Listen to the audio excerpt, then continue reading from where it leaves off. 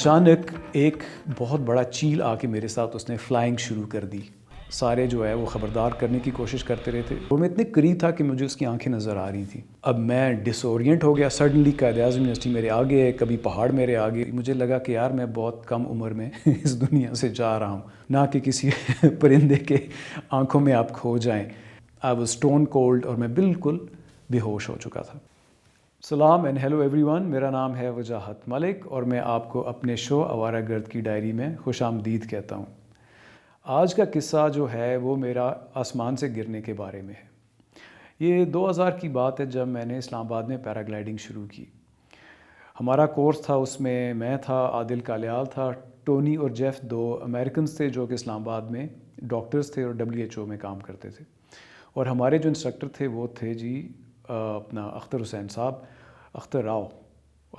راؤ صاحب. اور وہ فوج سے ریٹائر ہوئے تھے. وہاں پہ انہوں نے پیراگلائڈنگ سیکھی تھی, تو ہم ان کے پہلے 4 شاگرد تھے.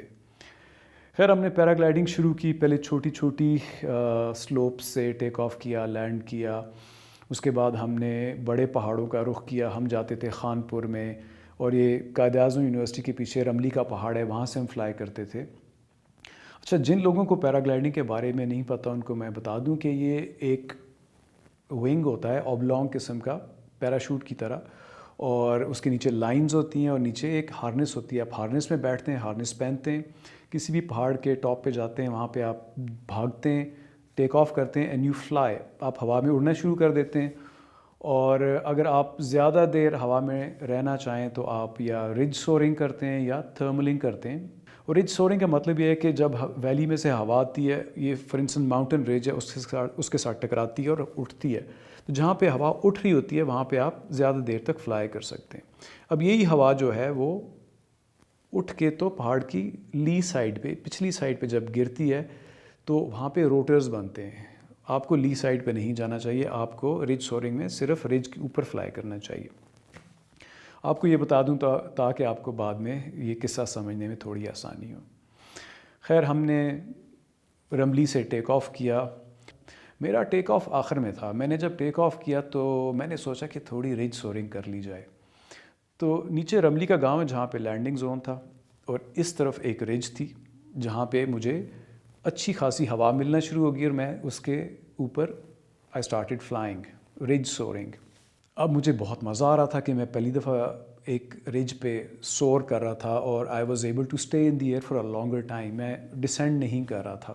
تو اچانک ایک بہت بڑا چیل آ کے میرے ساتھ اس نے فلائنگ شروع کر دی. اس نے کہا یار یہ کس قسم کا رنگین پرندہ ہے, اس کو دیکھوں تو صحیح کہ کیا سین ہے. تو وہ میرے قریب آ کے اس نے میرے ساتھ رج سورنگ شروع کی, اور وہ میرے ساتھ ایک ہارمنی میں, یونیسن میں وہ میرے ساتھ فلائی کر رہا تھا.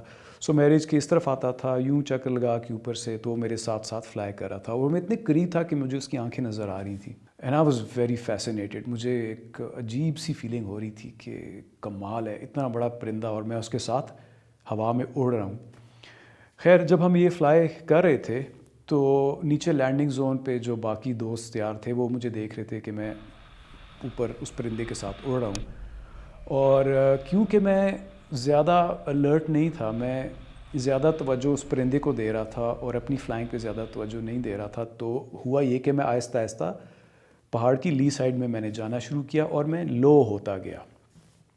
تو مجھے نیچے سے میرے دوستوں نے واکی ٹاکی پہ خبردار کیا کہ تم لی سائڈ پہ جا رہے ہو, بی کیئرفل, وہاں پہ روٹرز ہو سکتے ہیں, اینڈ یو آر لو, اور تم اگر ان روٹرز میں آگے تو تمہارا گلائڈر کلیپس ہو جائے گا اور تم گرو گے. اچھا ایک دفعہ انہوں نے مجھے نیچے سے وارن کیا, میں نے توجہ ہی نہیں دی, مجھے آواز ہی نہیں آئی, سمجھ نہیں آئی, بیکاز میں اتنا زیادہ کھویا تھا اس پرندے کے ساتھ فلائی کرنے میں کہ میں بالکل, میری توجہ جو ہے وہ فلائنگ سے ہٹ گئی تھی, جو کہ میری سب سے بڑی غلطی تھی. جب آپ فلائی کر رہے ہوتے ہیں تو you have to be very alert, you should know where you are flying, آپ کے نیچے ٹیرین کیا ہے, ہوا کہاں سے آ رہی ہے, کیا ہو رہا ہے.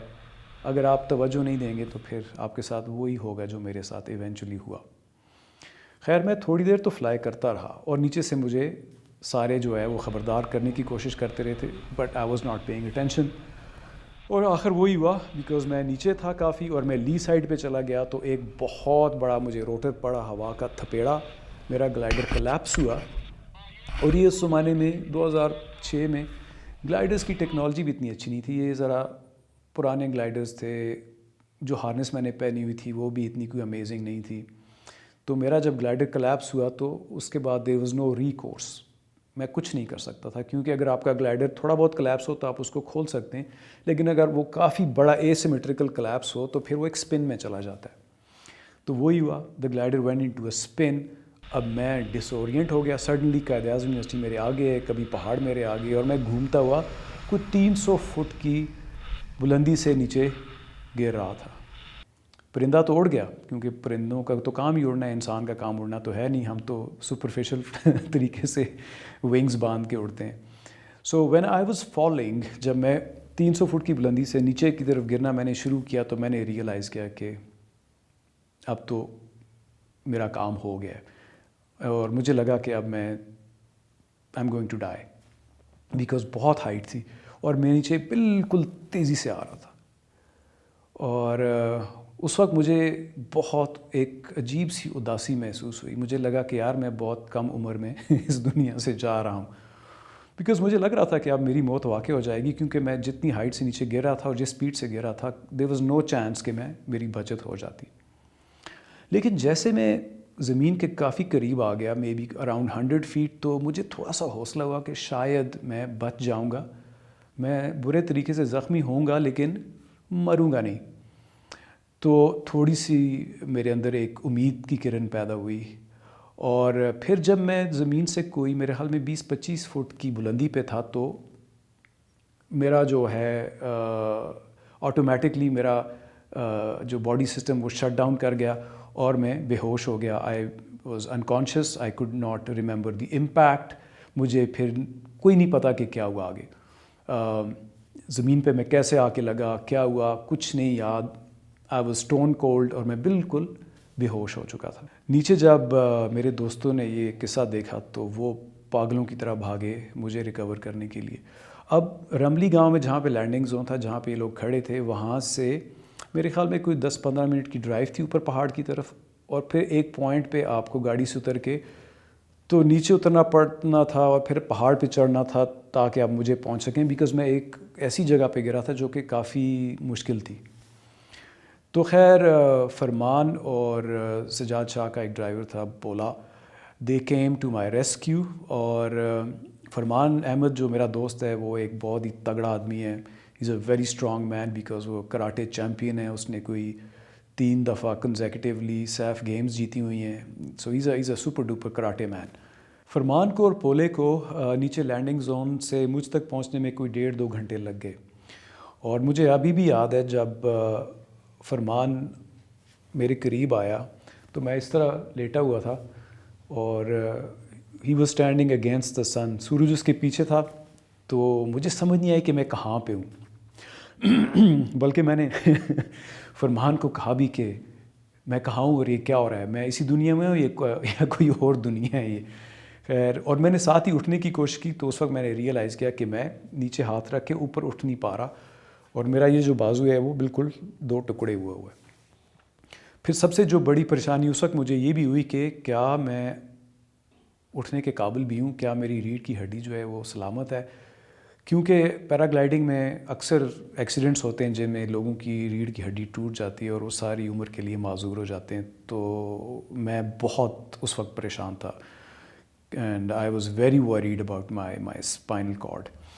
تو میں نے اٹھنے کی کوشش کی لیکن میں اٹھ نہیں سکا. مجھے فرمان نے پکڑ لیا، اس نے کہا ڈونٹ موو، ہلو مت، وی ڈونٹ نو کہ رائٹ ناؤ اس وقت تمہاری کیا ہڈیاں ٹوٹی ہوئی ہیں. لیکن یہ ہے کہ جب اس نے مجھے دوبارہ لٹایا تو میں پھر بے ہوش ہو گیا، اور اس کے بعد میں کبھی ہوش میں آتا تھا، کبھی پھر بے ہوش ہو جاتا تھا. خیر فرمان نے میرا جو بوٹ تھا اس کا تسمہ کھول کے اس نے میرا بازو باندھ کے میرے گلے میں ڈال دیا تسمے کے ساتھ، اور اس شیر کے بچے نے پھر مجھے اپنی بیک پہ اٹھایا اور وہاں سے مجھے وہ لے کے نیچے چلنا شروع ہوا. اب اس دوران بہت ہی مشکل سلوپ تھا اور کانٹے تھے، پتھر تھے، اور اٹ واز ویری ڈیفیکلٹ، اور مجھے کبھی ہوش آئے کبھی میں بے ہوش ہو جاؤں. پھر پولا بھی پہنچ آیا، اس نے بھی ہیلپ کی، اور اس طرح وہ بیچارے دونوں مجھے کسی طریقے سے مشکل سے گھسیٹتے ہوئے سڑک تک لے کے آئے، گاڑی میں ڈالا، اور پھر ہم لوگ نیچے پہنچے رملی ولیج میں. وہاں پہ باقی دوستوں نے بھی مجھے لٹایا, پانی پلایا. میں بہت زیادہ تکلیف میں تھا. میرا جو باڈی کی جو بائیں سائڈ ہے وہ مجھے لگتا ہے کہ کیونکہ شاید میں اس طرف گرا تھا, وہ بہت زیادہ درد کر رہی تھی. اور خیر انہوں نے مجھے پھر جب پانی وغیرہ پلایا تو میں کچھ ہوش میں آیا, اور مجھے وہ پھر شفا ہاسپٹل لے کے گئے, جہاں پہ انہوں نے باقاعدہ میری پورا فل باڈی اسکین کیا, ایکس ریز ہوئے, تو پتہ چلا کہ میری بچت ہو گئی ہے. صرف میرا جو یہ بائیں بازو ہے وہ بہت برے طریقے سے ٹوٹا ہوا ہے, تو اس کو پلستر کیا گیا. میری باقی جو زخم آئے ہوئے تھے جسم پہ اس کی مرہم پٹی کی گئی, اور 1 دن کے بعد انہوں نے مجھے پھر ہسپتال سے ڈسچارج کیا اور میں گھر پہنچ گیا. اور گھر میں تقریباً کوئی 10 دن میں سیدھا لیٹا ہوا تھا, اور میں ہل بھی نہیں سکتا تھا کیونکہ my whole body was battered. اور یہ ایک معجزے سے کم نہیں تھا کہ اتنی بلندی سے گرنے کے بعد میں بچ گیا اور صرف ایک میرا بازو ٹوٹا. لیکن اٹ واز ٹیریبل ایکسیڈنٹ.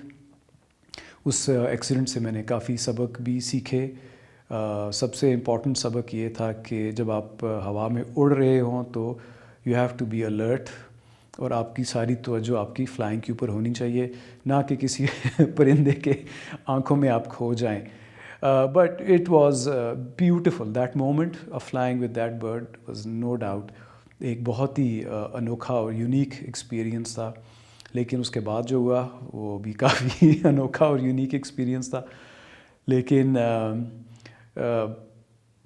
اس حادثے کے بعد جب میرے خیال میں 5-6 مہینوں کے بعد جب میرا بازو جڑ گیا اور مجھے میرے آرتھوپیڈک سرجن نے کہا کہ اب میں دوبارہ ایڈونچر ایکٹیویٹیز کر سکتا ہوں, تو میں نے سب سے پہلا یہ کام کیا کہ جا کے دوبارہ میں نے پیراگلائڈنگ دوبارہ کی, فلائٹ لی, تاکہ میرے اندر جو ایک فیئر یا خوف آ چکا تھا فلائنگ کا اور اس ایکسیڈنٹ کے بعد, تاکہ میں اس کو اپنے اندر سے نکال لوں, اور پھر دوبارہ میں نے پیراگلائڈنگ ایکٹیویٹی دوبارہ شروع کر لی.